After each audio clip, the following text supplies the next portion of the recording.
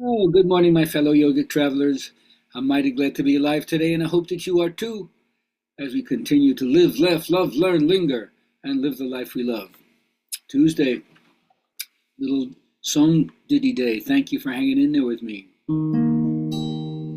Who can say where the road goes, where the day flows? Only time. And who can say if your love grows as your heart chose?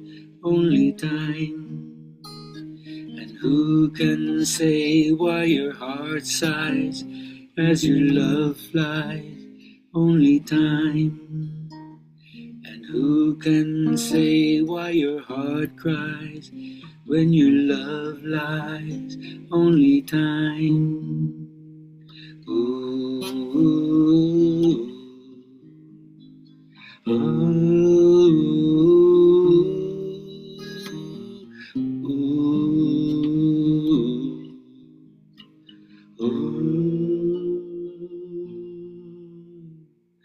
Who can say where the road goes, where the day flows? Only time. Yeah, time is what we have to utilize or to waste.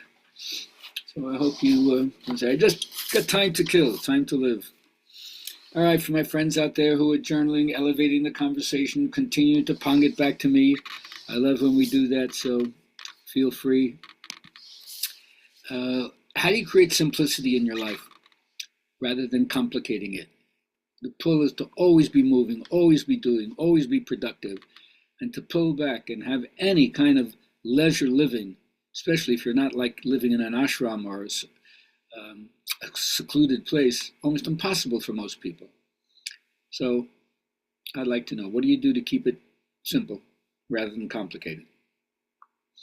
Now, one of the things I love about yoga is yoga's call is beyond gender, beyond caste, beyond nationality, beyond age, beyond religion, beyond sexual orientation, beyond disability.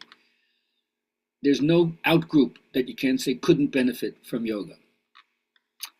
And the acquisition of yoga is not only an immediate present benefit, it's a lifelong experience, building up knowledge which will become wisdom to make right choices situationally. And so I hope you apply whatever genius you have to whatever your vocation or whatever your calling is. What is that? It's what you love to do. What do you really love to do? Put your heart and soul into that. Now, another interesting thing that when you do that, that's what I call the ego-syntonic gifts, all the things that resonate with you in a positive way. But there are other kind of growth experiences that are really based on the wound or the trauma. And until you understand that the wound is a gift, that the wound is a womb through which you give birth to something, and that's connected to when you really realize you're good at something, right? There's your gift, and you'll see how it helps you to heal the wound. Or as we say in the stories, that's when you realize your hair is gold, that all your ideas and stuff like that are divine and creative. So when you understand what your gift is, that's what's going to enable you to face the past trauma or the trauma of the world, the catastrophe of life, right? The history of what humanity's been through. And you have to sift through that yourself and ask yourself, what are the difficulties that you've been through? What are the lasting effects that it's had on you? And most important, how do you restore yourself? How do you reset? How do you press clear on the calculator and come back fresh? Now, one of the things that I think we all understand, whether you've had drug-induced experiences through entheogens or plant medicine or whatever you want to call it, but common sense convinces everybody that something exists out there. The great other. It's bigger than us, and we're part of it. And from this point of view, the classic adventure, the vision quest begins. I want to find that insight. I want to deepen it. I want to recognize that I belong to it, I'm part of it, and contribute in some way. And all I'd say is I grew up in the world where I thought I would be jockeying for power. But I'm no longer in that rat race. As Ramakrishna says, you like a thorn that you use to pick out all the other thorns.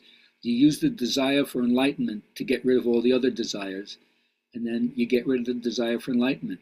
Like the Sufis say, quit this world, quit the next world, and then quit quitting. Where does that leave you? Well, it leaves you with the recognition that you're a full extension of source energy or spirit energy.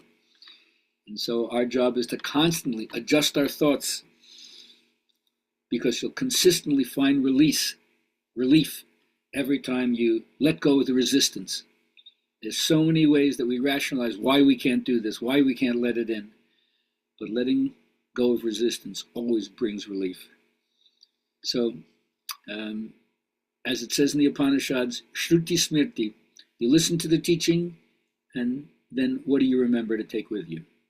So I hope from some of the things I've shared with you today, or any day, and not only from me, but anything that resonates with you, may your memory from today on be rapidly improving in every single department, and may your memory be better today than it's ever been before, and better tomorrow than it is today. Have a great one.